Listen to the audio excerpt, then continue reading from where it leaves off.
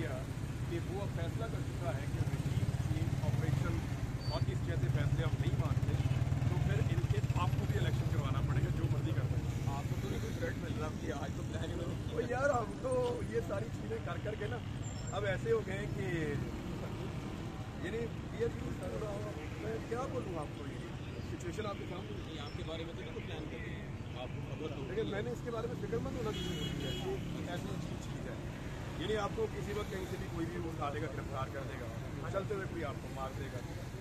तो ये साथियों के साथ कंटिन्यूसली हो रहा है। अभी वो यहाँ पर शाहिद असलम आए हुए थे, उनके साथ भी देखो क्या कुछ किया है, तो वो सबके साथ कर रहे हैं। और कोई अलग चीज़ थोड़ी होगी, अंदर डालेंगे, थोड़ी देर के लिए मुंह बंद हो जाएगा, बाहर छोड़ के फिर बात करेंगे। अच्छा चलिए।